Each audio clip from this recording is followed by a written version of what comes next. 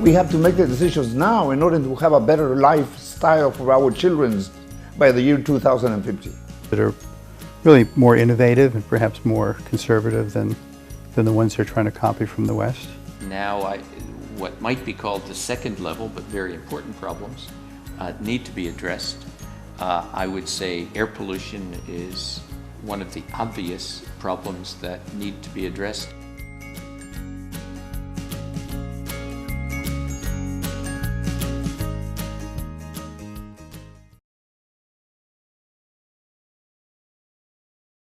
If the leaders of the world become aware of the challenges that you children, when you will be 40 or 50 years old, 35 years from now,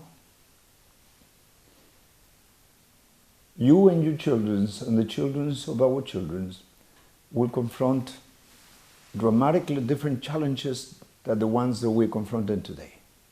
When your children and the children of my children will reach 2050 and the world will be 9 billion people,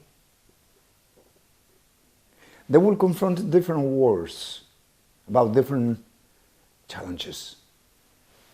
The wars will be about clean drinking water. The wars will be about food security, because we will be 2 billion more people to eat and the water will be contaminated. Number 3, the wars will be, your children, my children will have to confront the challenge of the adverse impacts of climate change. If we don't do any decisions today, we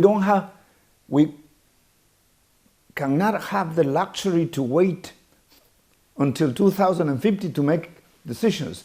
We have to make the decisions now in order to have a better lifestyle for our children by the year 2050.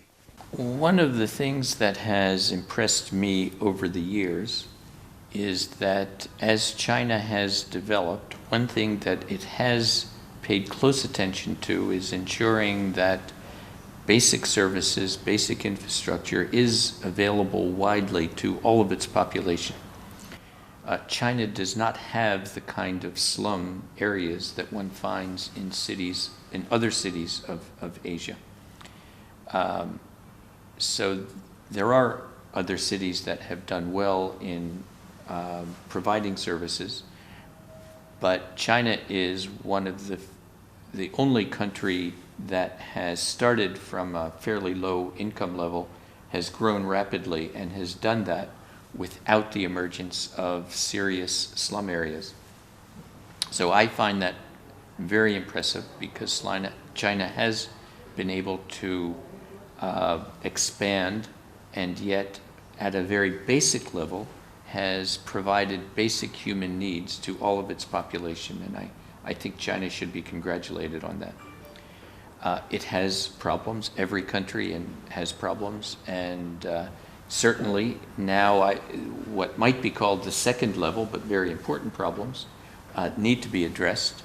I would say air pollution is one of the obvious problems that need to be addressed. I think many people in China recognize that, and so I hope that's a big part of the coming agenda.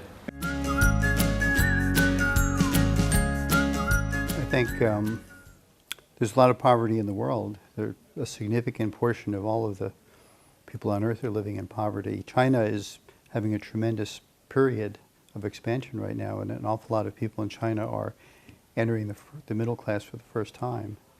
And it's hard to know where that's going to stop. The economic boom is continuing, but one of the big challenges, of course, is that like the middle classes every place in the world, they're going to be challenged now in the 21st century to adopt lifestyles which are not quite as consuming as the lifestyles of people in the 20th century. So right now there's a big desire for middle-class Chinese to adopt all of the trappings of Western society.